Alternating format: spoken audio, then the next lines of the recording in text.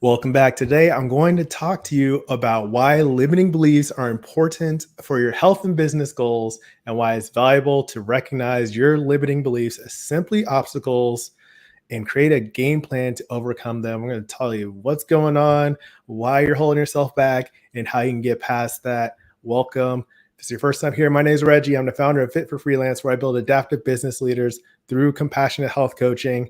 Confidence, realistic focus, and accountability is what I'm all about building here. It's called a guilt-free framework. Let me tell you a little story. The other day, it was very recently, this guy, Dr. Myron Golden, you can check him out online, of how to get ahead of 90% of people starting now. The link is below on YouTube. And he goes through this thing where he says, between the season of anointing and the season of appointing, there is a season of disappointing. And this was a really insightful thing that he was talking about. The thing that makes you strong enough to get to your goal, to be there and stay there. When you get there, you have to go through that phase of disappointment, learning, and so on. So it goes on to say things like the valley of two mountains between calling and purpose. And it's very easy to think that once you have a goal that you have imagined or you think would be nice to have, that is just going to be straight through, nice and easy. But what happens whenever you do that, whenever you set a goal, whenever you set a destination, you recognize immediately all the things that can pop up on the way, all the obstacles, all the potential drawbacks and difficulties and things like that. And so I kind of compare this to a GPS. When you are entering an address, you see the path pop up and you just know it's a journey. There's a bunch of turns, maybe some traffic on the way, some obstacles, and so on. You don't just imagine things and get there physically. You have to wait. Even in like law of attraction kind of stuff, you have to wait for the real life things to happen in order for you to get there. And if you don't do this, then you skip steps. Say, like the example, someone wins the lottery and they don't know what to do with all the money they have, so they waste it all. So a lot of things that happen in your process, once you identify things, the limiting beliefs are the things that can help you address it correctly and approach it in a way that's sustainable for you.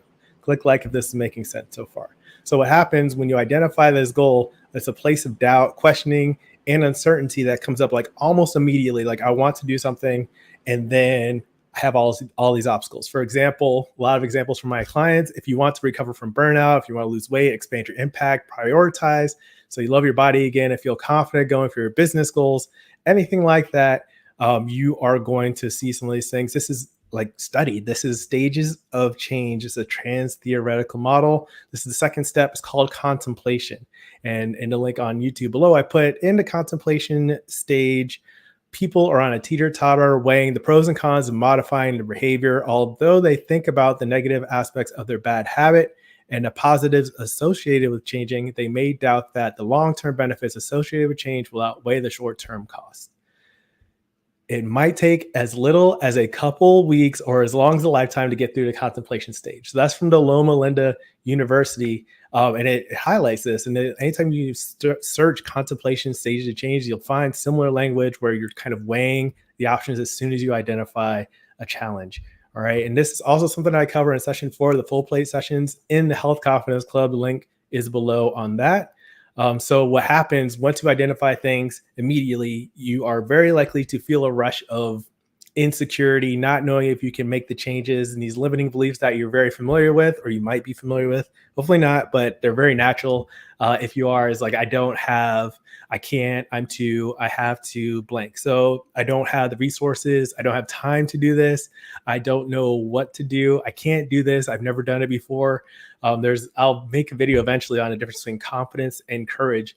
But I can't, no one around me has done it, so I don't know if it's possible for me. I'm too lazy, too unmotivated, too something to be able to do this, or I have to, and you'll start to justify other circumstances on what you have to do or perceived responsibilities that you will put ahead of yourself and your health and your business goals, just so you don't have to make the change that you want to make.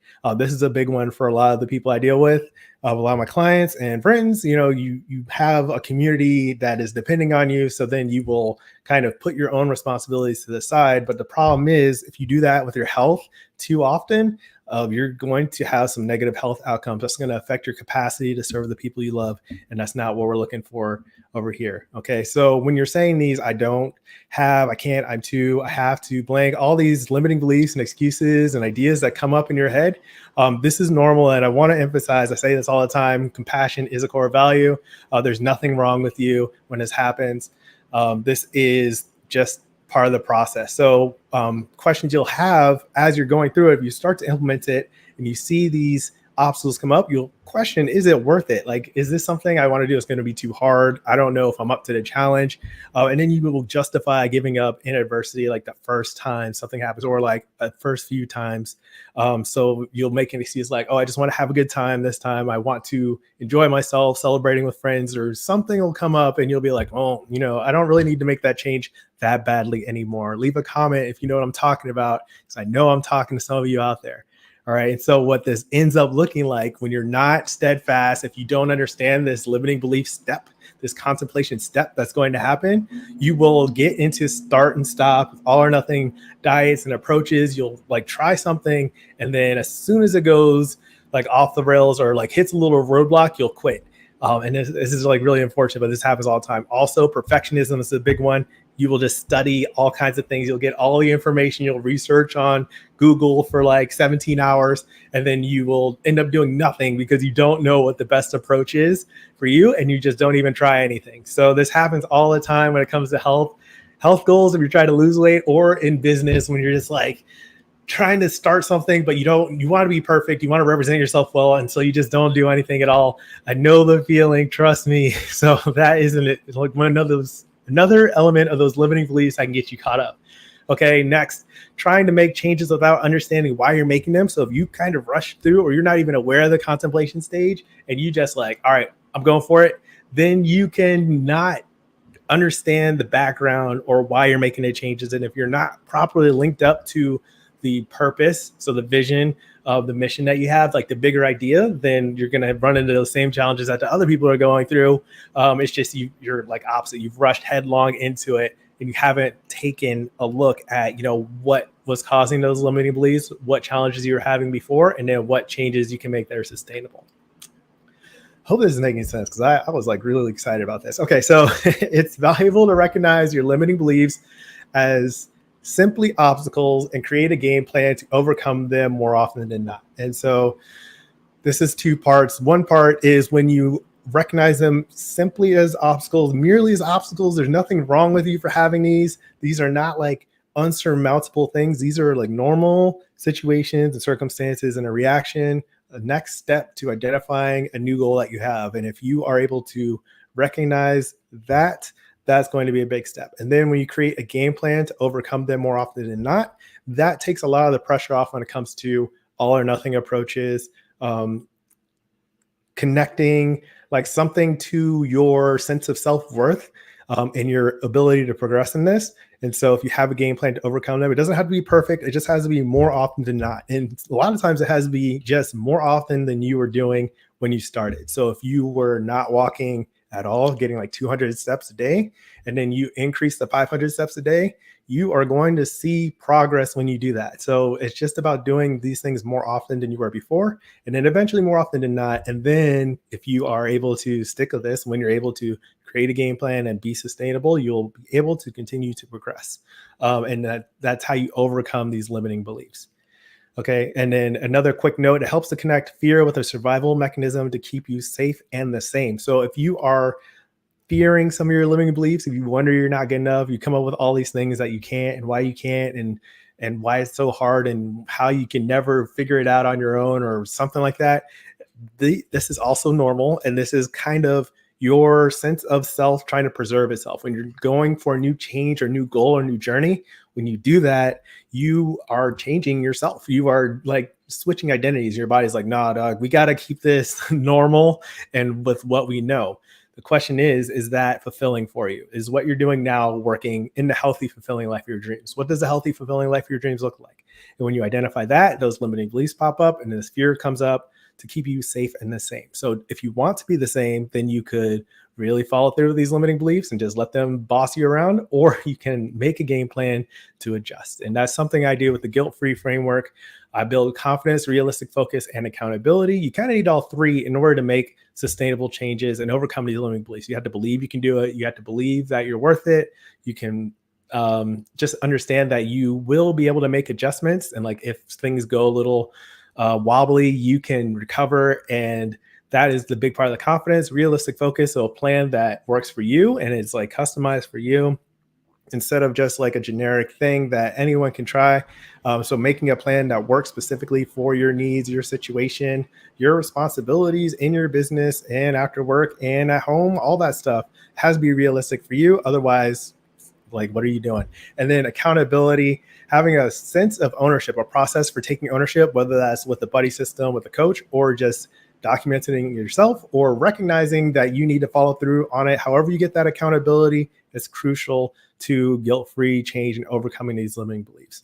And this is something I'm big on. My mission at Fit for Freelance, make health an engaging part of the entrepreneur's journey by inspiring confident ownership of their path to freedom and fitness. So, like when you're setting this journey, like that GPS example, you want to have confident ownership. You want to know that like this is what I can do to change my environment, expand my impact, be there for the ones I love, and build the business and satisfaction and impact, and like all the things that you want. And you'll also probably lose weight once you're able to take confident ownership of what you're doing with your habits and your mindset, and understanding your limiting beliefs, overcoming that contemplation stage, all that stuff. So if you want to learn more, I have a link below to the Health Confidence Club. This is like where you can get all of that information for the full plate sessions. And you can have that support, build that compassion, understand yourself, understand these stages of changes in that process when you're setting a goal, when you're setting a target, and you recognize, oh no, like this is going to be hard, right? Like, nah, forget that. What you have to do is set it up so you understand the process and you can make the changes that you want. So you can take confident ownership of your path to freedom and fitness so that you lead the healthy, fulfilling life of your dreams. So that's today's message. Check out Myron Golden's video below. He is a preacher. He gets super dynamic about it. And when he said it, I was like, oh, that makes sense. Your limiting beliefs are so important. That is the step between where you are starting and where you want to be. Is not just like a direct connection. There's going to be a season of disappointing between your seasons of anointing and appointing. So what do you think? Click like, leave a comment, and keep practicing. Peace.